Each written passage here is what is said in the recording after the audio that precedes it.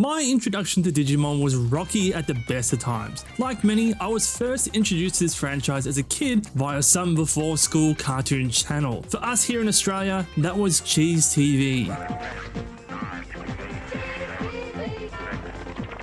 However, unfortunately, this was a very poor introduction and probably stunted my involvement into this franchise, dooming it from the start. The episodes were played out of order. One day we were introduced to the Digidestined, and then a few days later, they were already fighting Devimon. Only one episode would play per day, but as a dumb kid, I had no idea about the pacing, the storytelling, or anything like that at all. I just saw monsters fighting other monsters and I was cool with it. It's only after I just recently went back and rewatched the first season that I saw just how much was skipped. So again, not a great start.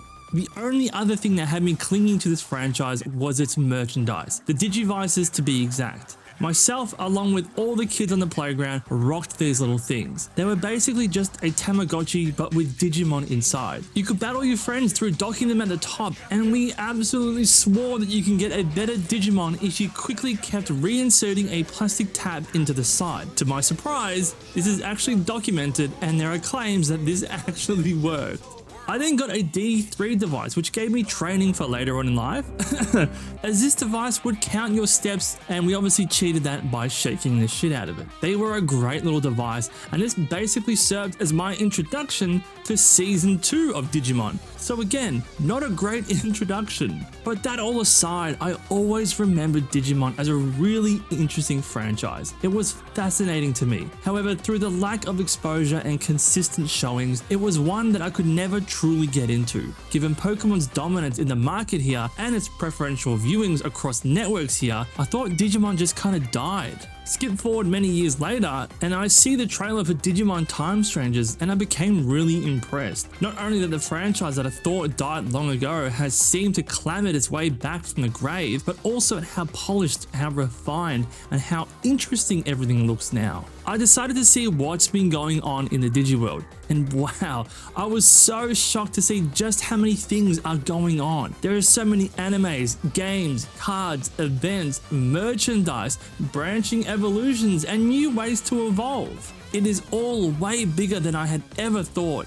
Excited by my earlier fascination and enthralled of the prospect of this franchise becoming more mainstream, I figured now is the time to jump in.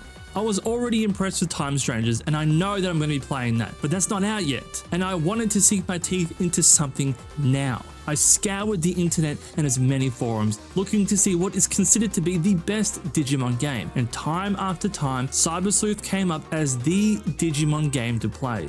So, here is my experience so far with Cyber Sleuth. For context, I'm in chapter 11. I'm about 20 hours in. I've never played a Digimon game before in my life, aside from about 10 minutes of Digimon World when I was about 8 years old. So let's see how this game holds up for a complete beginner to the franchise and its games.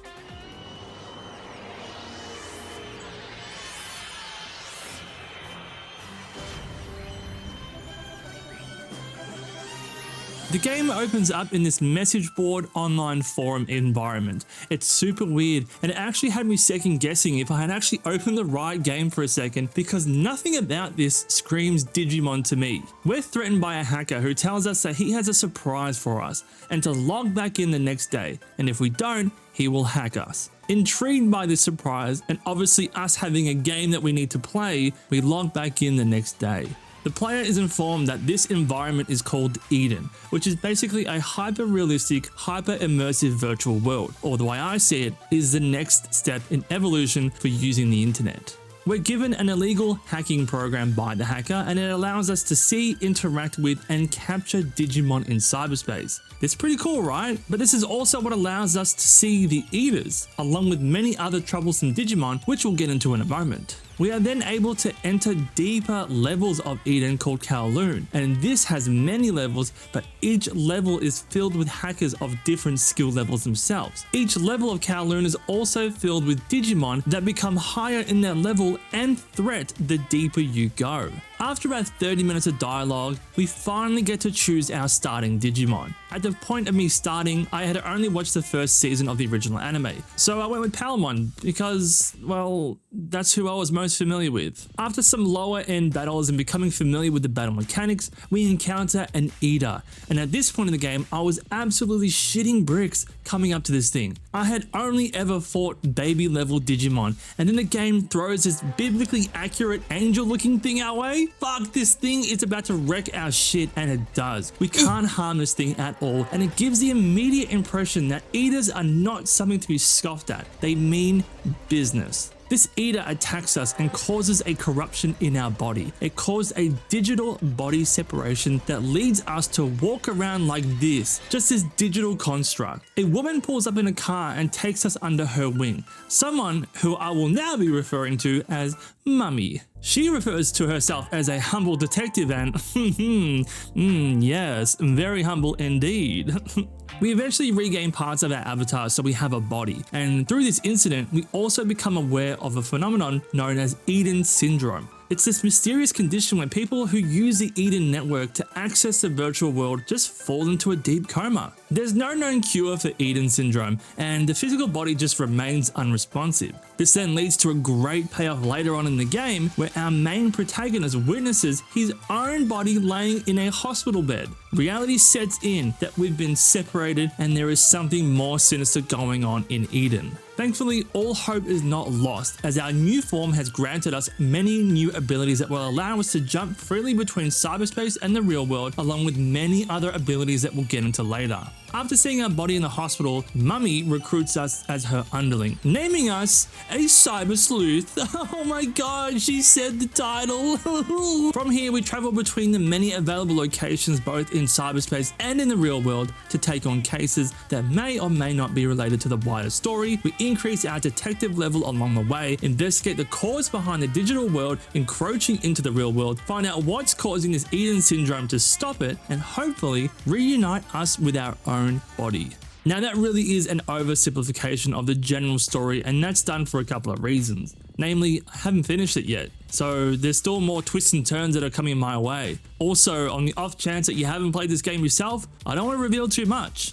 I will say this, however, I really enjoyed the narrative so far. It was a little slow to start in my opinion, but it really does pick up, and I feel like from chapters 8 onwards, the story really starts to accelerate. It's done a great job of helping me get into a new world and a new franchise, and I feel like I'm truly discovering this for the very first time along with the anime. But the main narrative isn't the only story you come across in this game. As part of your responsibilities as a cyber sleuth, you'll have to go to this whiteboard and pick up cases as they come in. Every single case here, apart from a couple, are different stories in and of themselves, all varying in narratives, difficulties, outcomes, emotional depths, and some just surprise the shit out of me. I sat there shocked, staring at my screen both in disbelief and in awe that this game will tackle some of the themes that it does. You'll experience personal stories and relationships between people, between family, between friends. You'll experience their loss, their concerns, their sense of worthlessness. Each chapter combines the main story missions with side missions, offering a mix of detective work, battles, and character development. In one side mission, I'm helping a developer launch a new gaming app that has a bug,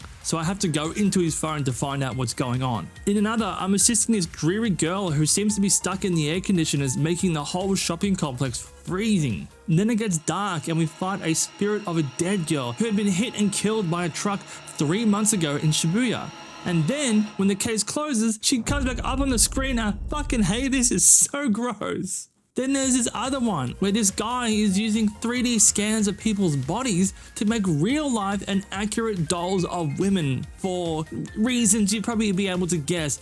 But holy shit, this is all because I just stumbled upon a poster on a floor in a shopping complex. And just that slight action led me down this really dark, twisted rabbit hole. It's in these moments, as well as the writing, that demonstrated to me that this Digimon game is not for kids. Tackling the themes of death, suicide, possession, the list just goes on, but mixing these themes within the larger narrative instantly made me feel like I was not playing a game designed for kids. I got an instant sense that the developers knew the people who will be playing this game are older and could handle such confrontations. This all led to a far more engaging and enjoyable time. With its more complicated systems that we'll get into in a moment, my age and intelligence was being respected. I really appreciated this, and this was so refreshing to play a game that on paper sounds like it's for kids, but really it's for the adults. No, this is where you zip it, all right? The adult is talking.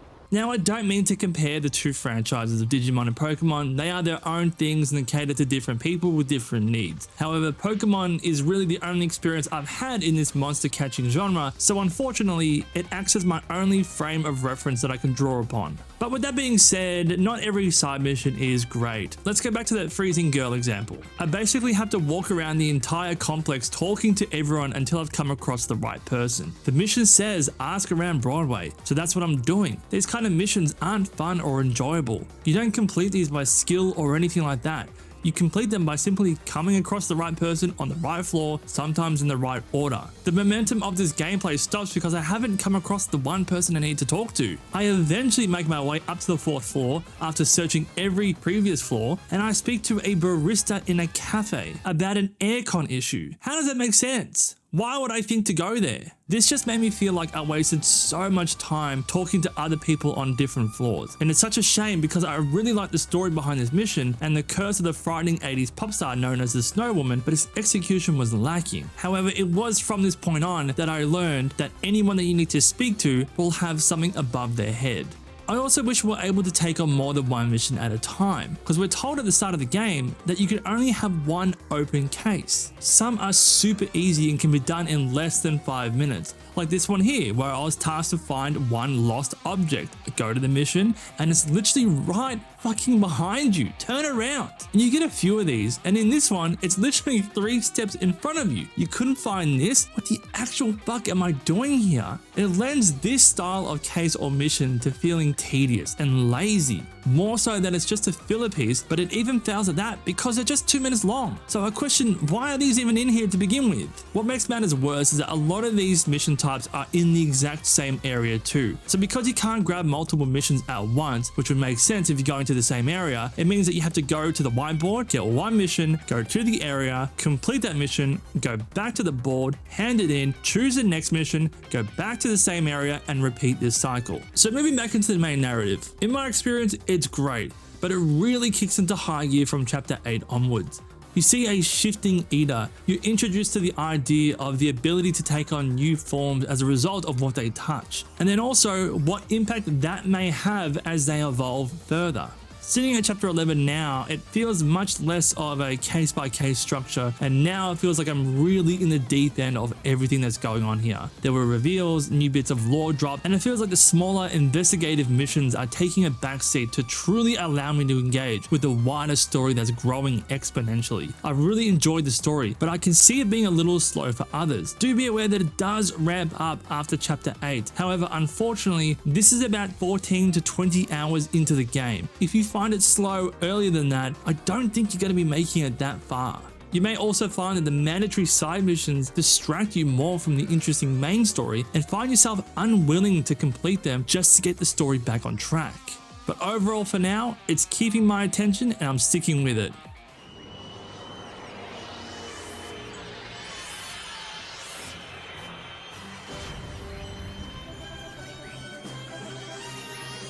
Now moving into the gameplay. If you're like me and you've only really played Pokemon games within this pocket monster collecting genre, you're gonna need to buckle up because Digimon Cyber Sleuth is far more advanced than anything Pokemon has done in a long time. The main game will see you navigating around many locations, either trucking along with the main narrative or you'll be taking on those side missions. Within this side and main mission format are a plethora of systems that are aimed to make your time in the game more engaging, complex, and hopefully more enjoyable. Unfortunately, there are just too many systems here for me to list off, but here are some of my favorites. You have the typical battle mechanic and the usual strengths and weaknesses, but this is further evolved by combining this rock, paper, scissors mechanic not only against your Digimon's attribute being dark spider, vaccine, or virus, but it also takes into consideration your Digimon's skill element too. So you could have a Digimon that's strong against another in both attribute and the skill type, and it would absolutely obliterate your opponent. It gives you options across all scenarios and really allows you to build a very robust team, taking so much into consideration. You can also have up to 11 Digimon,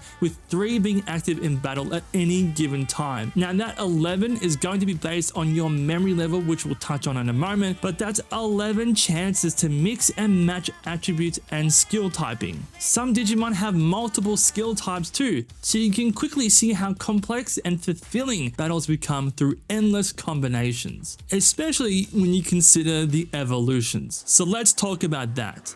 Evolutions are wild here. You're able to evolve your Digimon up to a higher level Digimon. However, you're not locked into your decision, nor are these evolutions linear. The game actively encourages you to de-evolve your Digimon back down into other Digimon, and then that gives you a certain stat buff, so you're rewarded for doing this.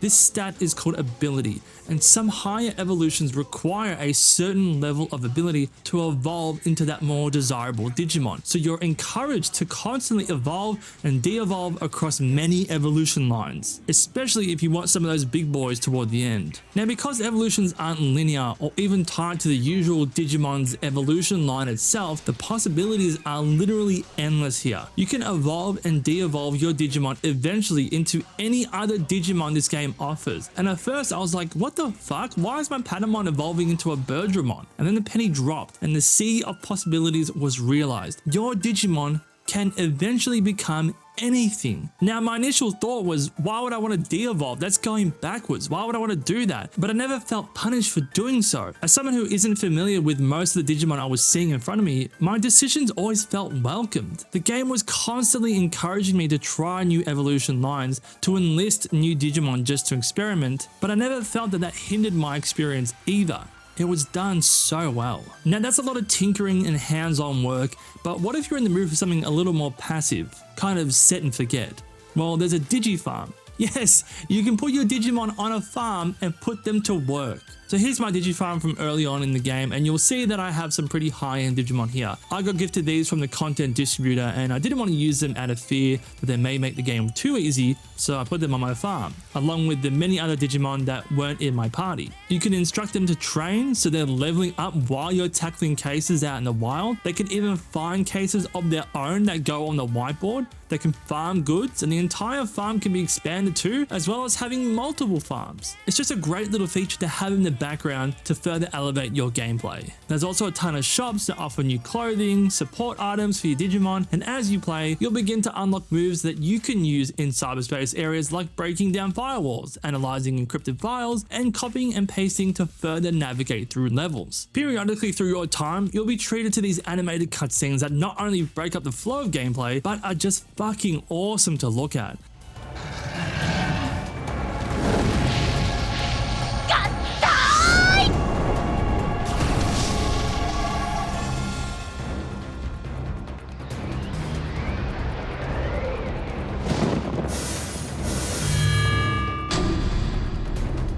Now, going back to a system that I touched on earlier, one that I really enjoyed being the memory system. You get a limited number of memory for your team, and this basically dictates how many Digimon you can put into your party, with that maximum being 11. However, the higher the level your Digimon, the more memory they take up in your party memory. Not only does this limit you and force you to strategize about who to take out, keeping in mind you're trying to cover all the bases of strengths and weaknesses, but it also pushes you into thinking about how can I increase my memory so I can have better and more Digimon in my team. There are many moments where I sat there assessing who would be better to take out. Who could I de-evolve and make more room on the party memory, as well as increase the ability stats? Or who could I bench in order to make room for a higher evolution? It made me a much more active participant in my team selection. The last system I'll mention is the one that I think made the biggest impact on me, and it's the way that you capture Digimon. And it's not as simple as just throwing a ball at a Pokemon. Every time you come across a new Digimon, you'll see this meter climb. This is scanning the Digimon, and every time you come across this Digimon, it adds to that scan meter. Scanning a Digimon to 100% or over allows you to materialize them at the Digilab and can eventually turn them into your allies. It makes me feel like I have so much more involvement in my team, and I can only get them if I've scanned them enough, meaning that I need to get into battles. This turns being interrupted by random battles that feel so annoying now feel welcomed, especially if I'm trying to increase my scan rate for a certain Digimon. Also, the more I encounter, the higher that percentage goes up, which in turns give me a stronger Digimon if I go to materialize them at the Digilab. In my opinion, it's just so much better than throwing a ball. It just made me feel so much more involved, and it avoided those moments where you can kind of cheat the system by throwing 100+ balls at a Pokemon until it eventually captures, or other moments where you just run from every encounter because they feel meaningless. Every Digimon you get and then its subsequent evolution lines feels earned here. It's a lot longer to get them, yes, but if I were to choose between one of the two systems, I'd definitely go for the Digimon system.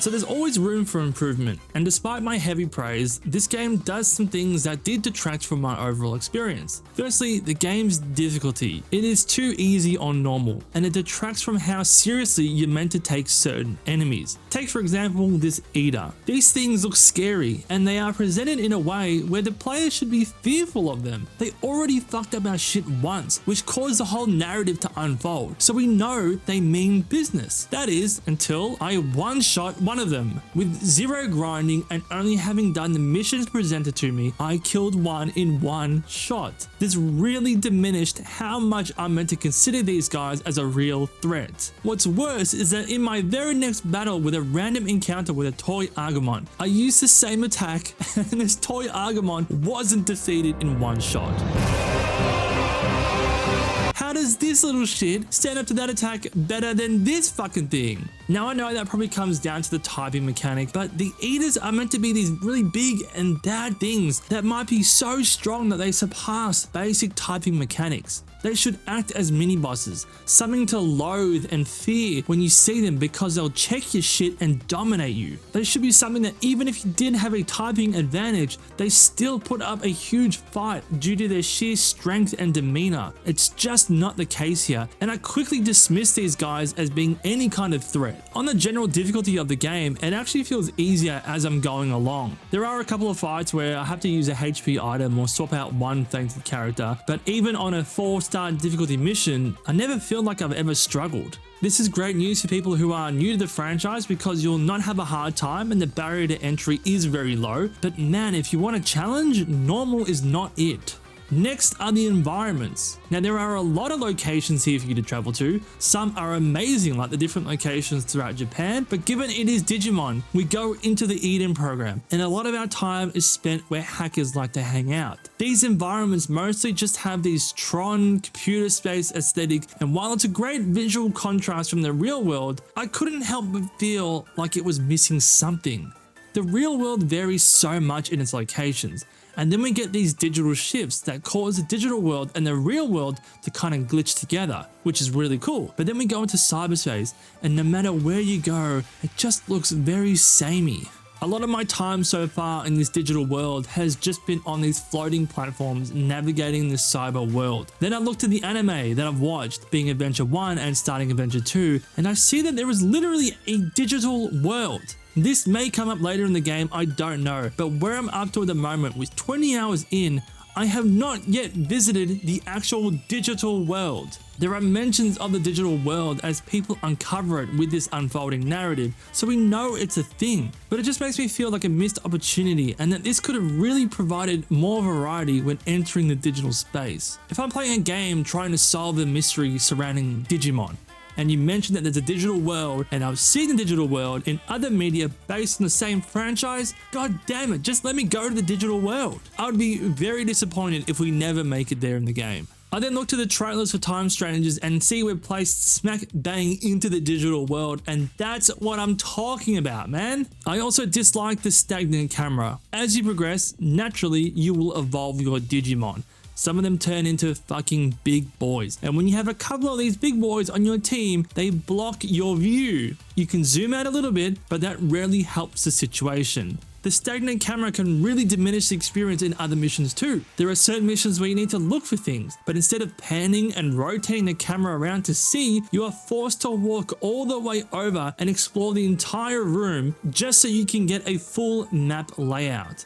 It's very restrictive and it adds a layer of tedium and frustration for something that could have been so simply resolved by just a panning camera. Take this for example. I need to find multiple colors to unlock this path. I can see the purple and the yellow in front of me, but I can't see where the green and the blue ones are. It means I don't know which direction in the maze to take to get to them, or even where they are in relation to where I am. Mix that with the Digimon blocking my view and it just becomes a nightmare. It also makes me wish that we could just ride a Digimon or use it for a mount. Have the other two Digimon go away and we sit on top of the Digimon. That way we can have a movable camera and it will also give us the freedom to explore without any obstructions. Lastly, they also need to be so much clearer in the directions to go with the missions. I got some dialogue, went off and did a few side missions and turned it off for the night.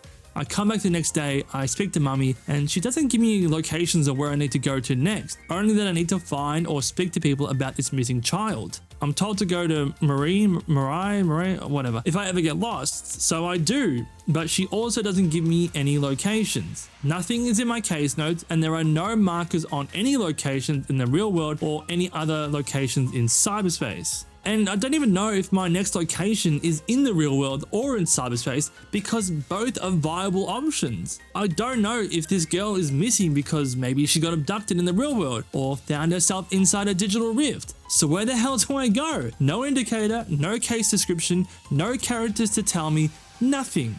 I'm left with two options: scrub through every single area or look up a guide. And I would never look up a guide. How did I get here? That's crazy. But then to make matters worse, in the very next mission, mummy tells me exactly where to go. So I don't know, I just wish there was a bit more consistency around its directions and telling the player where to go. So after about 20 hours in, and with Pokemon being my only real reference point for monster collecting games, the difference couldn't be more stark for me.